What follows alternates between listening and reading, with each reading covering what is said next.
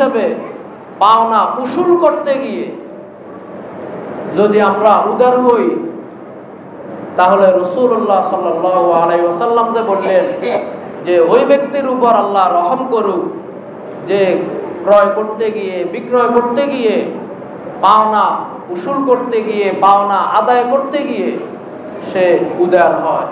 আমরা রসুলের এই দোয়ার ভাগীদার হব। এবং কি রসুল সাল্লাল্লাহু আলাইহি ওয়াসাল্লাম তো এক হাদিসে বলেছেন যে এইরকম লোককে আল্লাহ জান্নাত দান করবে। আদখালাল্লাহুল জান্নাতা সামাহান বায়ান মুশতারিয়ান কাযিয়ান মুক্তাযিয়ান। যারা লেনদেন করতে গিয়ে পরস্পর একে অপরের প্রতি উদার হয়, আল্লাহ তাদেরকে জান্নাত দান করবে।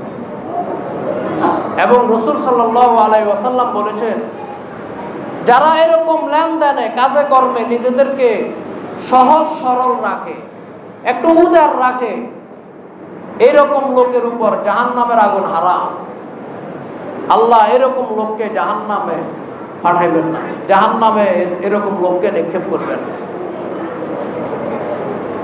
তাহলে কত মহান মহৎ গুণ যে লেনদেনে কাজে কর্মে উদার হওয়া, নিজেদেরকে একটু সহজ সরল রাখা, একেবারেই হার্ড হয়ে না যাওয়া, একেবারে হার্ড হওয়া উচিত নয়, যত সহজ সরল রাখা যায়। অনেক সময় মানুষ মনে করে যে